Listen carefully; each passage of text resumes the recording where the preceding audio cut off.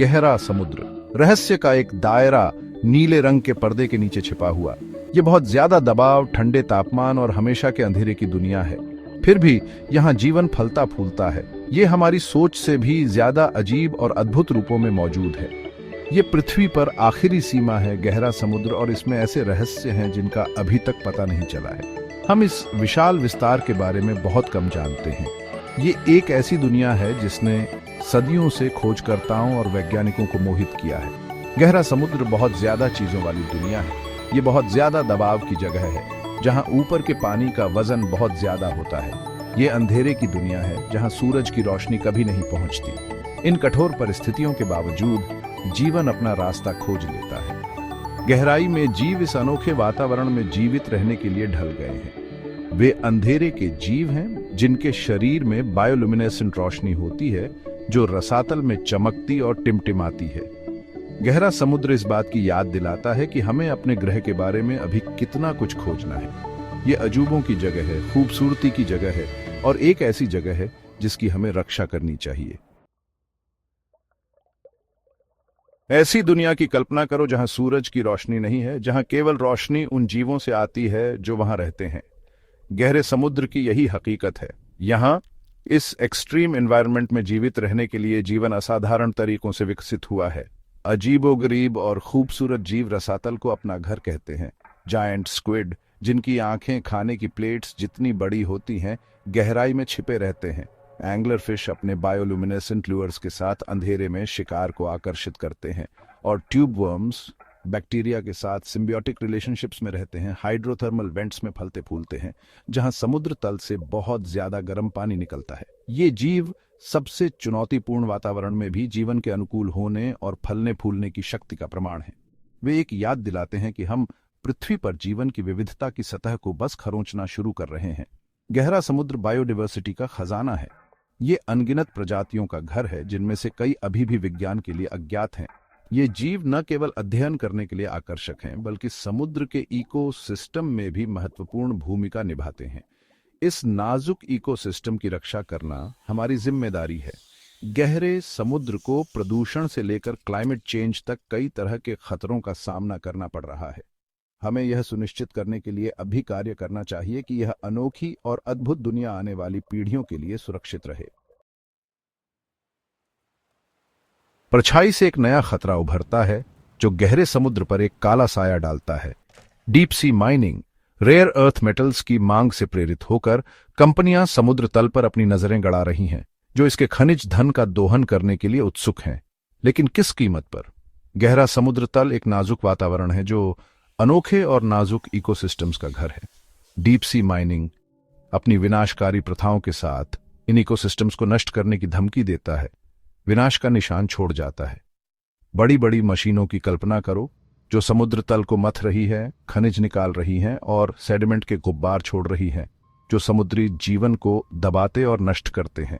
Deep sea mining की यही हकीकत है। इस विनाश के परिणाम दूरगामी हैं। प्रजातियां, जिनमें से कई अभी तक खोजी नहीं गई हैं, विलुप्त होने का सामना कर रही हैं। सदियों से बने हैबिटेट्स पल भर में नष्ट हो जाते हैं। गहरे समुद्र के इकोसिस्टम का नाजुक संतुलन बिगड़ जाता है, जिसके संभावित विनाशकारी परिणाम होते हैं। हमें ऐसा नहीं होने देना चाहिए। गहरा समुद्र हमारा लूटने के लिए नहीं है। ये एक वैश्विक संपदा है, एक साझी विरासत है जो पूरी मानवता की है। हमें डीप सी माइनिंग पर रोक लगाने की मांग करनी चाहिए, जिससे वैज्ञानिकों को जोखिमों का पूरी तरह से आकलन करने और सस्टेनेबल विकल्प विकसित करने का समय मिल सके। समुद्र, जिसे कभी भोजन का अटूट स्रोत माना जाता था, अब हमारी अतृप्त भूख के परिणामों का सामना कर रहा है। जरूरत से ज्यादा मछली पकड़ना, लालच और अदूरदर्शिता से प्रेरित होकर मछलियों की आबादी को विनाश के कगार पर धकेल रहा है। बड़े बड़े जालों और आधुनिक तकनीक से लैस औद्योगिक मछली पकड़ने के बेड़े समुद्र की खोजबीन कर रहे हैं, जिससे उनके पीछे विनाश का निशान छूट रहा है। मछलियों का स्टॉक घट रहा है। कुछ प्रजातियों को व्यावसायिक विलुप्ति का सामना करना पड़ रहा है। गहरा समुद्र इस हमले से अछूता नहीं है। गहरे समुद्र की मछलियां धीमी गति से बढ़ने वाली और देर से परिपक्व होने वाली, जरूरत से ज्यादा मछली पकड़ने के प्रति विशेष रूप से संवेदनशील होती हैं। ऑरेंज रफी, पैटागोनियन टूथफिश और गहरे समुद्र की अन्य प्रजातियों को अनसस्टेनेबल दरों पर पकड़ा जा रहा है। हमारी अतृप्त मांग से उनकी आबादी कम हो रही है। जरूरत से ज्यादा मछली पकड़ने के परिणाम कुछ प्रजातियों के नुकसान से कहीं आगे तक फैले हुए हैं। यह समुद्र के इकोसिस्टम के नाजुक संतुलन को बाधित करता है, जिससे पूरे खाद्य जाल में व्यापक प्रभाव पड़ता है। ये लाखों लोगों की आजीविका के लिए खतरा है, जो अपने भोजन और आय के लिए मछली पकड़ने पर निर्भर हैं। हमें विज्ञान और समुद्र के सम्मान के आधार पर सस्टेनेबल मछली पकड़ने की प्रथाओं को अपनाना चाहिए। हमें मरीन प्रोटेक्टेड एरियाज, सुरक्षित ठिकाने स्थापित करने चाहिए जहां मछलियां प्रजनन कर सकें और अपनी आबादी को फिर से भर सकें। और हमें विनाशकारी मछली पकड़ने की प्रथाओं को समाप्त करने की मांग करनी चाहिए, जैसे कि बॉटम ट्रॉलिंग, जो समुद्री हैबिटेट्स को नष्ट कर देती है। भाग 5, एक जहरीला ज्वार प्रदूषण की गहरे समुद्र पर पकड़। प्रदूषण हमारे ग्रह के लिए एक व्यापक खतरा, कोई सीमा नहीं जानता। समुद्र की सबसे गहरी पहुंच भी इसकी कपटी पकड़ से अछूती नहीं है। प्लास्टिक, रसायन और अन्य प्रदूषक धाराओं और नदियों द्वारा ले जाए जाते हैं, गहरे समुद्र में अपना रास्ता खोज रहे हैं, जहां वे समुद्री जीवन पर कहर बरपाते हैं। प्लास्टिक कचरा, आधुनिक युग का अभिशाप, समुद्र में बड़े बड़े कचरे के ढेर में जमा हो रहा है। ये प्लास्टिक धीमी गति से सड़ने वाले माइक्रोप्लास्टिक्स में टूट जाते हैं, समुद्री जीवन द्वारा निगल लिए जाते हैं, खाद्य श्रृंखला में प्रवेश करते हैं और अंततः हमारी प्लेटों पर समाप्त होते हैं। औद्योगिक कचरे से लेकर कृषि अपवाह तक रसायन गहरे समुद्र को दूषित कर रहे हैं, समुद्री जीवन को जहर दे रहे हैं और जीवों के ऊतकों में जमा हो रहे हैं। खाद्य श्रृंखला में बायोमैग्नीफाइड ये रसायन मानव स्वास्थ्य के लिए भी खतरा पैदा करते हैं। शिपिंग ट्रैफिक से लेकर भूकंपीय सर्वेक्षण तक ध्वनि प्रदूषण समुद्री स्तनधारियों के संचार और नेविगेशन को बाधित करता है, जिससे तनाव और भटकाव पैदा होता है। अपतटीय तेल और गैस प्लेटफार्मों से प्रकाश प्रदूषण गहरे समुद्र के जीवों की प्राकृतिक लय को बाधित करता है, उनके व्यवहार और अस्तित्व को प्रभावित करता है। हमें प्लास्टिक पर अपनी निर्भरता कम करनी चाहिए, हानिकारक रसायनों के विकल्प खोजने चाहिए और सस्टेनेबल प्रथाओं को विकसित करना चाहिए जो समुद्र पर हमारे प्रभाव को कम करें। हमें एक सर्कुलर इकोनॉमी को अपनाना चाहिए, जहां कचरा कम से कम हो और संसाधनों का जिम्मेदारी से उपयोग किया जाए। भाग 6, बढ़ती गर्मी, जलवायु परिवर्तन और रसातल। जलवायु परिवर्तन हमारे समय की परिभाषित चुनौती समुद्र पर एक लंबी परछाई डाल रही है। गहरा समुद्र, जो कभी सतह की दुनिया की अनिश्चितताओं से एक शरणस्थली था, अब एक गर्म ग्रह के प्रभावों को महसूस कर रहा है। समुद्र ग्रीन हाउस गैसों द्वारा फंसी हुई भारी मात्रा में गर्मी को अवशोषित कर रहा है, जिससे समुद्र का तापमान बढ़ रहा है।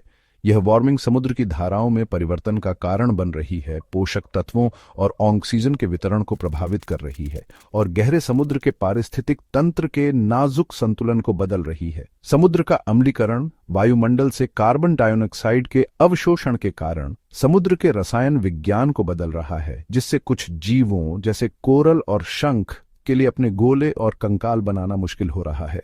यह अम्लीकरण अन्य समुद्री जीवों के व्यवहार और शरीर विज्ञान को भी प्रभावित कर रहा है, जिसके संभावित दूरगामी परिणाम हैं।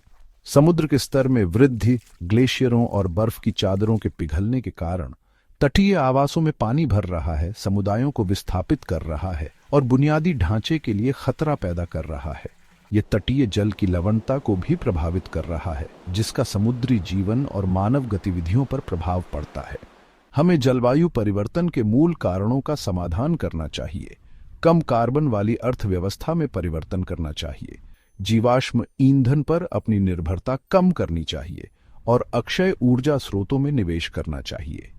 जलवायु परिवर्तन के प्रभावों को कम करने के लिए हमें अनुकूलन उपायों जैसे तटीय संरक्षण और प्रारंभिक चेतावनी प्रणाली में भी निवेश करना चाहिए। भाग 7, गहरे समुद्र के संरक्षक कार्रवाई का आह्वान। गहरा समुद्र अजूबों और रहस्य की दुनिया अभूतपूर्व खतरों का सामना कर रहा है, लेकिन कार्य करने में देर नहीं हुई है। हम अभी भी गहरे समुद्र के संरक्षक बन सकते हैं, आने वाली पीढ़ियों के लिए इस महत्वपूर्ण पारिस्थितिकी तंत्र की रक्षा कर सकते हैं। हमें डीप सी माइनिंग पर रोक लगाने की मांग करनी चाहिए, जिससे वैज्ञानिकों को जोखिमों का पूरी तरह से आकलन करने और सस्टेनेबल विकल्प विकसित करने का समय मिल सके। हमें विज्ञान और समुद्र के सम्मान के आधार पर सस्टेनेबल मछली पकड़ने की प्रथाओं को अपनाना चाहिए और हमें समुद्र पर अपने प्रभाव को कम करना चाहिए, प्रदूषण को कम करना चाहिए और जलवायु परिवर्तन का समाधान करना चाहिए। हमें अनुसंधान और अन्वेषण में भी निवेश करना चाहिए। गहरे समुद्र और उसके निवासियों के बारे में हमारे ज्ञान का विस्तार करना चाहिए। हम इस अनोखी और अद्भुत दुनिया के बारे में जितना अधिक सीखेंगे, हम इसकी रक्षा के लिए उतने ही बेहतर ढंग से तैयार होंगे। गहरे समुद्र की रक्षा में हम सभी अपनी भूमिका निभा सकते हैं।